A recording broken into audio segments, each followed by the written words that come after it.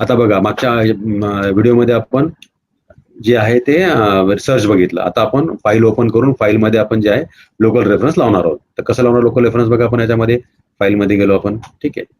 फाईलमध्ये गेल्यानंतर माझ्याकडे कुठली फाईल ओपन करू आपण. ठीक आहे. एक आरसीएफची फाईल ओपन केली. ठीक आहे. आता समजा मला एक नोट लिहायची की समजा याच्यामध्ये ऍड करतो मी की kindly see the attach report.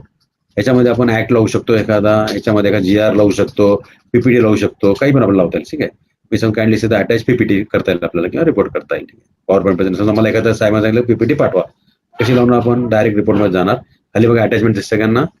अटॅचमेंटला त्यामध्ये बघा काय काय दिलं त्यामध्ये PDF मध्ये, डॉकएक्स मध्ये, doc, ODT, open doc, Excel ह्या प्रकारचे कुठले तुम्ही त्यामध्ये ऍड करू शकता.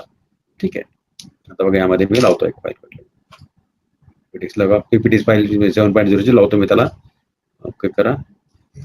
ठीक आहे. आता ही यामध्ये अटॅच झाली. आणखीन मला माहिती आणखीन मी त्यामध्ये अटॅच करता येईल मला. ठीक आहे. आणखीन एक अटॅच करतो त्यामध्ये मी एक्सेल शीट अटॅच करतो त्यामध्ये. ठीक आहे. एक्सेल शीट अटॅच केली. म्हणजे अशा प्रकारे अटॅचमेंट तुम्ही या फाईल लावू शकता आणि ती फाईल पुढे पाठवू शकता आणि डायरेक्ट सेंड करायचं. मला दुसरं काही नाही आहे. किंवा सेंड बॅक करायचं. ज्याच्या कारणाला त्याला ती फाईल डायरेक्ट सेंड करता येईल. ठीक आहे. तुम्हाला त्याचं नाव लक्षात ठेवायची गरज नाहीये.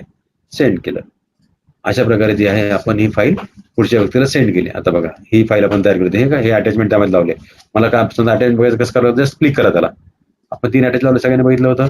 अशा प्रकारे लोकल अटॅचमेंट तुम्हाला लावता येतील पुढच्या व्यक्तीला पाठवता येईल ऑटोमॅटिकली. तुम्हाला म्हणजे फिजिकल माणूस पाठवायची गरज नाही. अटॅच फोटो तुम्हाला प्रिंटआउट काढायची गरज नाहीये.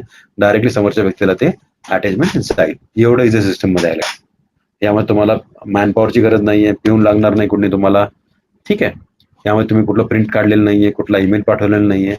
या सगळ्या गोष्टी ऑफिस केल्यानंतर आपल्याला एकदम इझी माहिती होतात. की आपण त्यामध्ये लावलेल्या आपल्या रिसिप्ट होत्या. त्यामधल्या म्हणजे 3 रिसिप्ट लावल्या होत्या. ठीक आहे. 1 ते 5 डॉक्युमेंट त्यामध्ये आहेत. आता पुढच्या व्हिडिओमध्ये आपण बघू की फाईलची प्रिंट आपण कशी काढणार. फाईलची प्रिंट तेच व्यक्ती काढू शकतात किंवा तेच अधिकारी काढू शकतात ज्यांना फाईल प्रिंटचा आपण ऑप्शन दिलेलं आहे किंवा रोल दिलेला आहे तेच. ठीक आहे.